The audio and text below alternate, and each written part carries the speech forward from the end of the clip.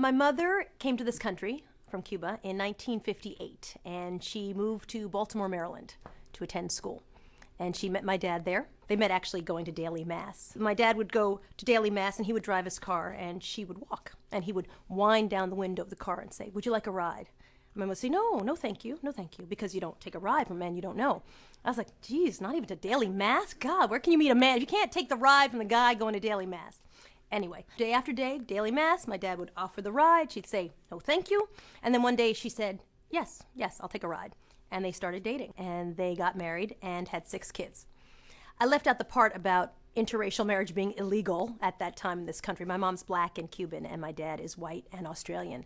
And when they went on their first date, no one would serve them anywhere. And they literally went to restaurant after restaurant, and everyone would say, "Well, he can come in, but you can't come in."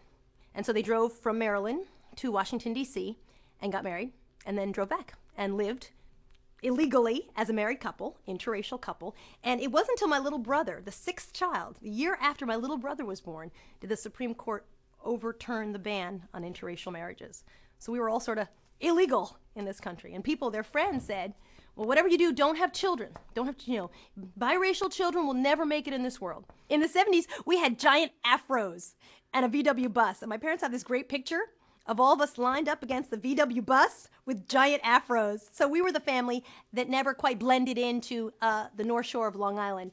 But not to sound cheesy, but it's been nice to be a role model sometimes for people, I think, who don't feel like there's a lot of people who look like us on TV or in the media. I actually have always thought that being bicultural, being biracial was an upside for being a journalist, because you sort of can see everybody's perspective. And journalism is kind of about that, sitting down and saying, well, what's your side of the story? And what's your side of the story? And I think when you're biracial and bicultural, when you have a lot of different experiences, when you feel like, in many ways, there's so much in me, so many things that I represent to different people. And as a journalist, that's a really good thing. That's not a hindrance at all. That's a great thing.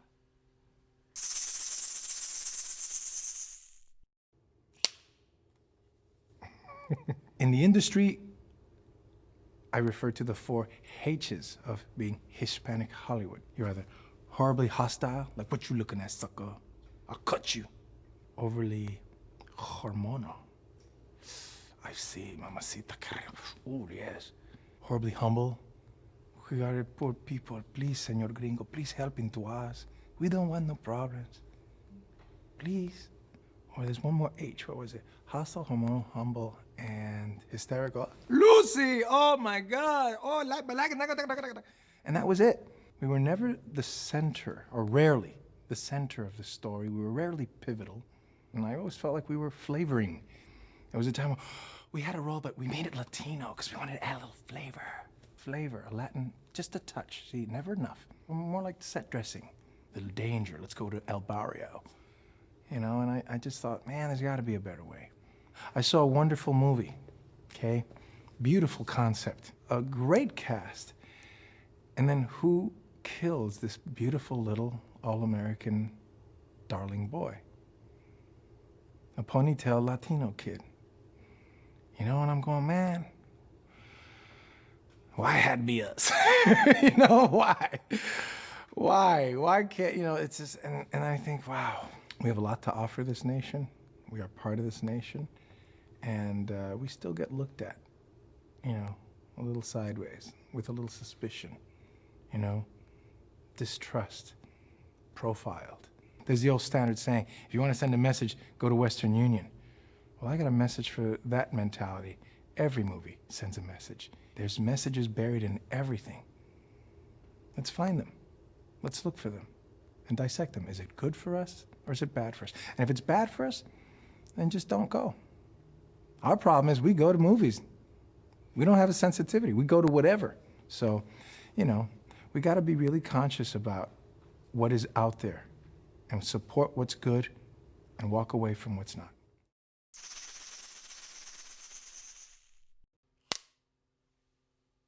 I never thought I would end up or at least participate in some kind of beauty contest ever. Like, I didn't grow up watching the pageants or anything like that, even though in PR it's a pretty big deal. It is. In Puerto Rico, it's almost like the national sport.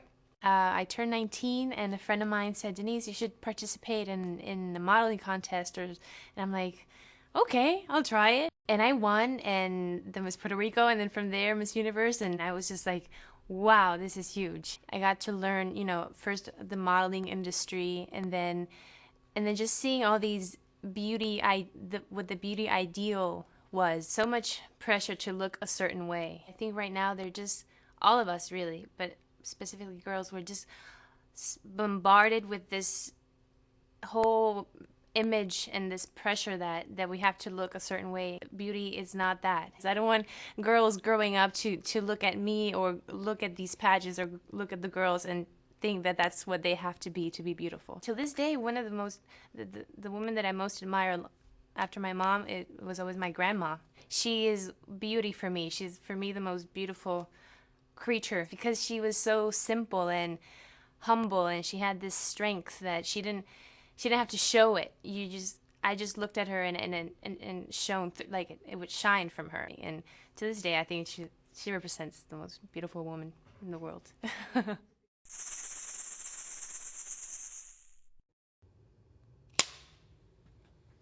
Allow me to introduce myself to you. My full names: Maria Rosario Pilar Martinez Oliva Molina Baeza Rasted. I was born in España, in a town called Murcia. A lot of people think by the way I talk that I come from Mississippi, but that's not true. I want to tell you about the day that I became American.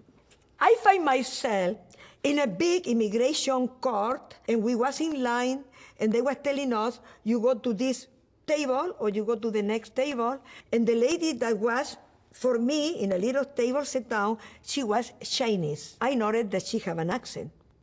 I was thinking, her English sucks. And I was very afraid that if I don't understand her question, I fail.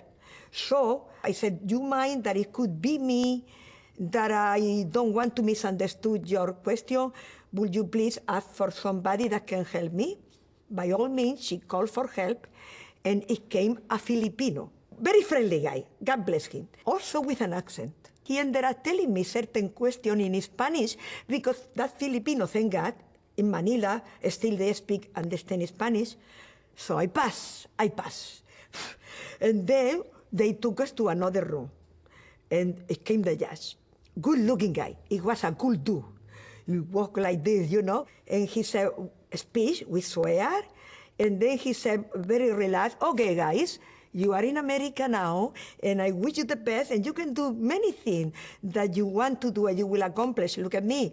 My parents came from Italy, immigrant, and I made it, and welcome, God bless you all. And at that moment, I was not nervous no more. I was so happy already. I had the flag. I look around.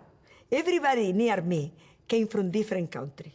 The people working in immigration came from different countries. And I understood the beauty of America. It's not the money, it's not the buildings, it's not the power, it's the people.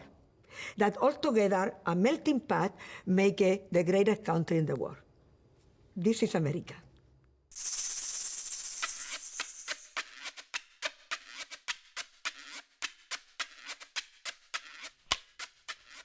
Oh God, let's not talk about speaking Spanish. I speak Spanish so badly. And can you imagine you walk around with a name like Soledad and you don't speak Spanish? It's such an embarrassment. When I was a real little kid, I hated salsa. I hated Latin music because it was like the old people music, Ding, ding, ding, ding, ding, ding.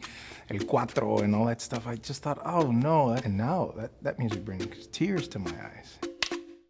Royalty. Royalty on the set. From the universe, nonetheless. Exactly. I beat out Mars, Neptune. Those Pluto chicks have Those nothing. Pluto chicks have nothing on me.